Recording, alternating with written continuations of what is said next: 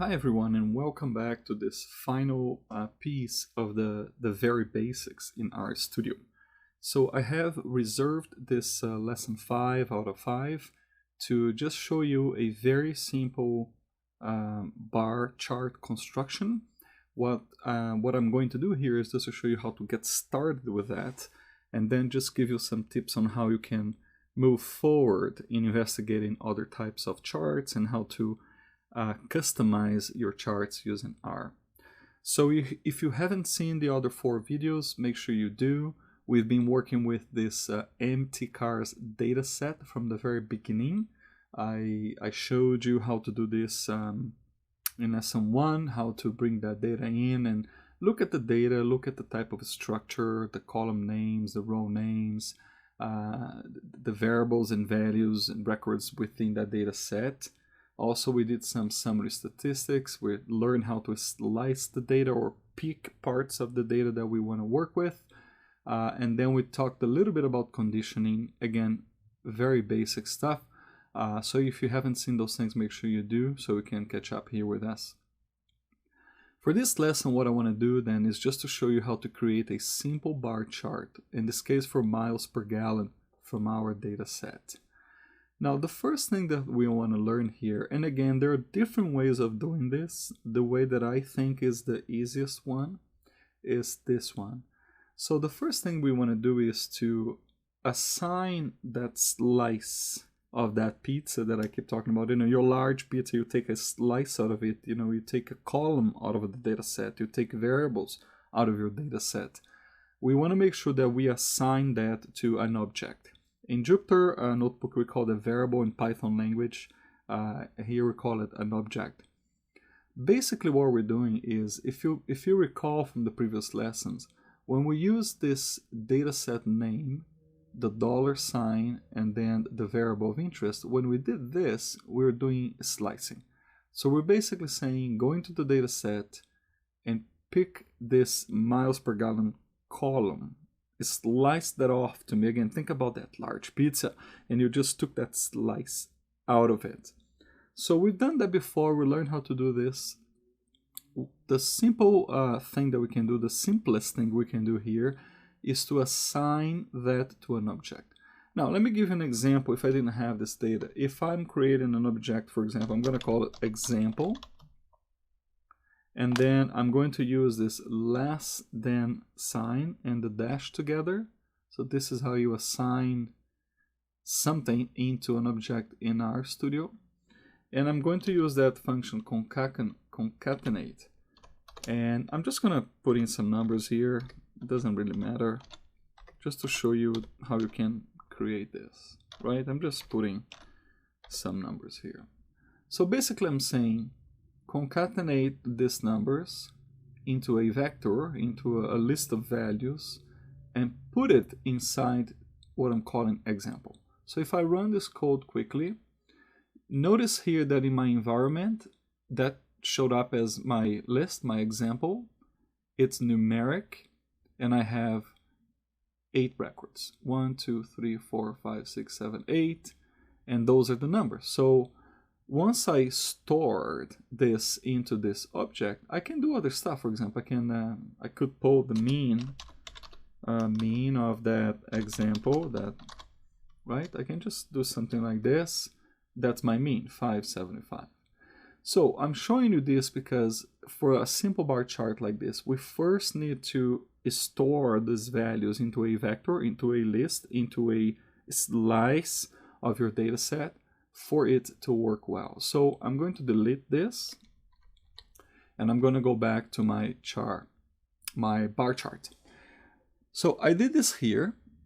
I said I'm just going to call it A. You can call it avocado if you like. RStudio doesn't care about that, as long as you don't use certain characters and numerical things here. Like, you know, there are certain things we cannot use. But I'm just calling it A very simply. A lot of people use just ABCs or whatever, XYZ, as ways of storing their slice into it. So I'm calling it A. So basically I'm saying, go into the empty cars dataset, grab miles per gallon, store it into A. So let's run this code. Click on run or do Control Enter. And again, I have here A up here in my environment. What is A? A contains a numerical set of data, 32 actually, 32 values, 32 records. There is a sample here to a certain point, and it created it. Now I have a vector, I have an object that has these values into it. Now recall that this is a simple bar chart. We're not going to complicate anything here. So now that I have this, I'm going to use the bar plot function. Very simple, a bar chart, bar plot. And the first thing that I'm going to say is A, because A is my set of values. It's my vector. It's my list of values that I just created. So I brought this miles per gallon from the empty cars into the A object, and I'm saying, please build, actually, I'm not actually saying please, but you get the point. Please build a bar plot with this data, with this vector, with this list of numbers that I called A. Again, I could have called it avocado. And then I'm going to add some elements. So I'm going to run this graph as is, and I'm going to show you how to customize it. Run. Okay, so that is very cool. What we have here is, as I promised, a simple bar chart of miles per gallon, various makes. I'll show you where this comes from. And I have my values plotted on the chart. I have my x-axis label here, miles per gallon, very important, of course, various makes. This is a frequency chart, so to speak. And then I have my different values, as you can see here, the 21, 21, 22.8, da da da da da. I just have it laid down on a simple graph, right? Those bars would directly relate to those numbers, and I just want to have a look when I look at all the various makes, what's going on in terms of the distribution of this miles per gallon from various makes. Now, how do I customize this? Let's have a look here. Main equals bar chart of miles per gallon various makes. That's my title. So if you want to add a title for any chart that you use in the base RStudio functions, I'm not talking about different packages. For example, a lot of people use ggplot as a main package to create graphs. I'm using the basic functions and plotting functions of RStudio. If you simply type in main equals, main here means the title, the main title. The text within the quote marks there, it's whatever you want to call. So you can see here I call it bar chart of MPG, miles per gallon, various makes. That's what shows up here.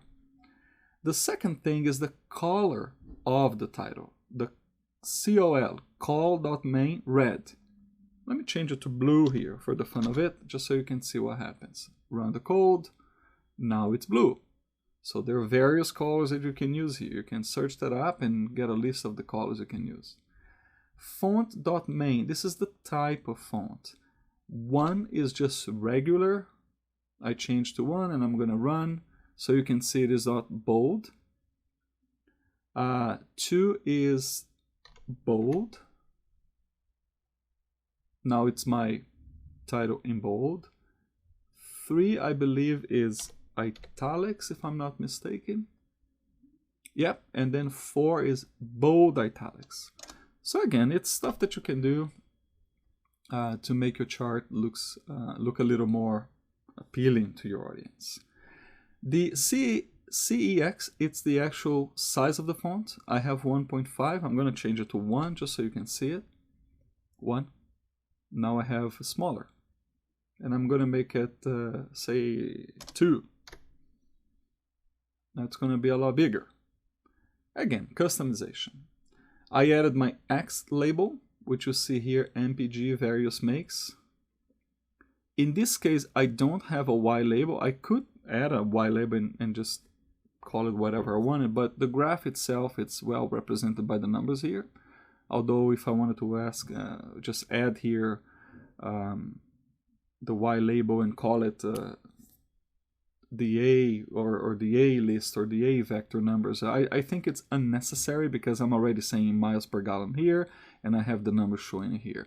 But again, preference and audience, it depends on how you present your data. XLab for X label, and then you could do the Y lab for the Y label.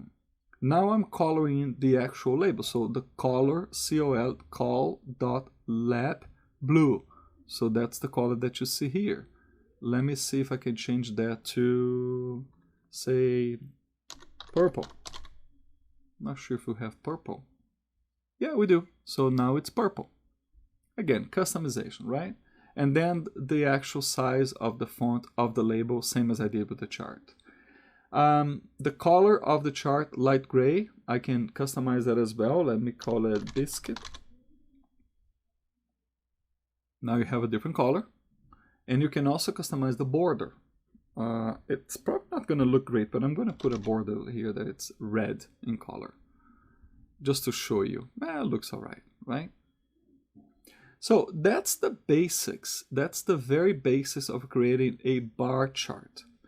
Now, what I wanted to show you last is I'm going to clear my console here. I've showed you this before, but if you're watching this the first time, if you click on the clear console or just Ctrl-L, it would clear this out. I like keeping these things kind of neat and clean. But let me show you something interesting here. We were dealing with bar plot, right? You can just simply call for help on that function. So question mark bar plot, Control Enter. I really enjoy working with this help menu because it gives you the syntax of that function, in this case the bar plots, and all of the arguments. It's right here. You can try it out. The only reason why I figured this out is that I found here COL, that's the color of the bars, the border, that's the color of the border, the XLab, a label for the x-axis. So the help menu is incredibly useful when you're doing anything, building plots or any other function. You can just call that up. Normally it show you the usage, and then it shows you all of the arguments that you can actually use. Some are standard if you don't use, and you can customize as much as you want. So make sure you are constantly checking out the help menu in terms of the syntax and the arguments, and also I think there's some examples as well. Yeah, so they have here some examples of the code. You can pretty much pick up those codes and run yourself. I believe all of these codes come from built-in data sets, so you can try that out.